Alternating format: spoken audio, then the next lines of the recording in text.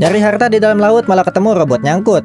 Kenalin nih, namanya Natsuki. Dia tinggal di dalam perahu yang ada di pinggir laut. Dia juga udah kehilangan satu kakinya gara-gara kecelakaan karena diceritakan ada bencana alam yang menyebabkan air laut naik sampai seluruh kota tenggelam ke dalam laut. Semua orang kebanyakan udah pada pindah ke kota utama dan tinggal di sana. Dan yang Natsuki lakuin sekarang adalah nyari duit dengan cara menyelam ke dalam laut pakai kapal selamnya dan mencari harta tersembunyi dari gudang penyimpanan milik neneknya. Sampai di hari ini Natsuki malah nemuin benda mirip kapsul di dalam laut. Tapi di dalam kapsul itu ada sesuatu yang mirip dengan boneka manusia. Pas dideketin, boneka itu tiba-tiba melek dan bikin Natsuki kaget. Boneka itu bergerak dan nolongin kapal selamnya Natsuki yang nyangkut. Dan akhirnya mereka berhasil kembali ke permukaan. Di situ mereka tahu kalau boneka tadi adalah humanoid alias robot. Robot itu bilang nama dia Atri, robot spek tinggi yang sebenarnya pabrik produksinya udah diberhentiin sejak lama. Dia juga bilang kalau yang nyiptain dia adalah neneknya Natsuki. Tapi karena neneknya Natsuki udah meninggal, jadi sistem kepemilikannya diubah otomatis ke Natsuki. Nah, masalahnya humanoid udah nggak boleh ada di sini. Terus Natsuki juga butuh duit buat ngebenerin kakinya. Jadi Natsuki sama kenalannya nih si Catherine udah punya niat buat ngejual Atri. Akhirnya Atri dibawa ke pasar buat dijual. Selama perjalanan Natsuki nanyain macam-macam ke Atri, kayak berapa lama dia tidur, dia dulu ngapain aja, dia dikasih tugas apa. Tapi Atri nggak ingat sama sekali, kayak memori penyimpanannya ada yang hilang.